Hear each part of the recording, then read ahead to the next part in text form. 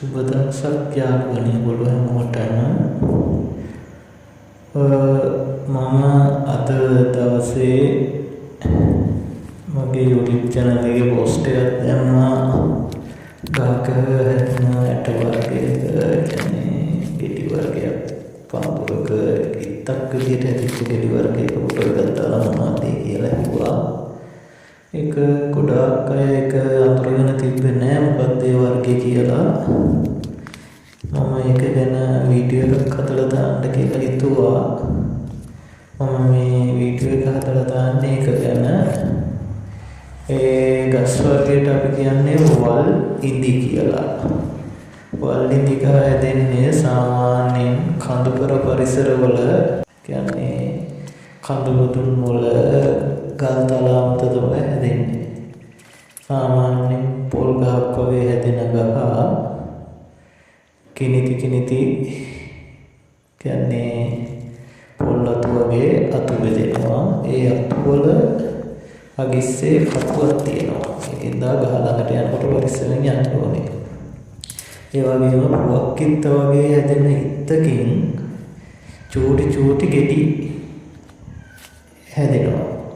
ඒ ගෙඩි තමයි අපි ඉදි කනවා කියලා පොඩි කාලේ නම් කනවා ඉති වෙනකම් අපේ පැතිවල ඒවා තියෙනවා. ගොඩක් අයට ඒ ගස් දකින්න නැතුව වගේ මේ ගහ හඳුනන්නේ නැත්තේ ඒකයි.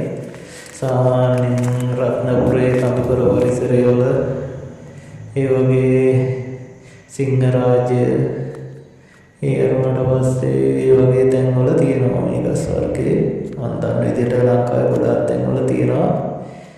ගොඩාක් ඔය තියෙන්නේ අර වියලි කලාපීය දේශගුණයකට පරිසරයකට සමාන පැතිවල තමයි. ඉතින් මේ ගහේ ඒ හැදෙන කියන්නේ ගෙඩි හරි රසවත් ඉදුණට පස්සේ ඒ ඉදිච්ච ගෙඩියට කන්න පුළුවන්. ඒ වගේම මේක බෙහෙතරක් ගන්න වටින ගහක්.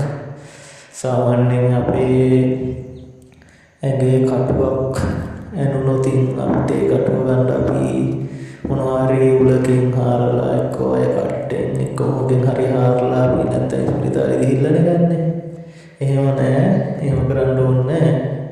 මේ ගහේ ගොබයක් කඩලා අරගෙන ඒ ගොබේ තම්බලා පොල් කිරෙන් තම්බලා ඒ කම්බරලා ඒ කටුව නිච්ච දන බැන්දොතින් සාමාන්‍යයෙන් වරුවක් ගැන දින භාගයක් වගේ ඇතුළත ඒ නිච්ච කටුව නිකම්ම එළියට එනවා. ඒ තරමටම කුණ බෙහෙතක් ඒක කටුව වෙනුනම පාවිච්චි කරන්න. ඒ වගේම කරන්න යන්නේ අර පරිස්සමෙන්. මොකද ඒ ගහේ තියෙන කටුව වෙනුනොතින් ඒ කටුව විස නසන්නත් ඕනි කරන්නේ ඔය ගහේම ගොපේ තමයි ගන්න වෙන්නේ. ඒ ගහේ කොළ අගිස්සේ තියුණු තුඩක් තියෙනවා. මම තමයි ඉතින් මේ ගහේ විස්තරය තියෙන්නේ. ඔයගොල්ලෝ බලන්න මේ මම අද ඇවිල්ලා වීඩියෝ කරගත්ත වීඩියෝ ටිකේ තියෙන ගස් ටික මේ පරිසරය හැම තැනම තියෙන තනිකරම රටේදී නෙවෙයි වල්ලේදී. මේ හැම තැනම තියෙන වල්ලේදී ගස් තැනින් තැන මේක වියලි කලාපය වගේ තමයි.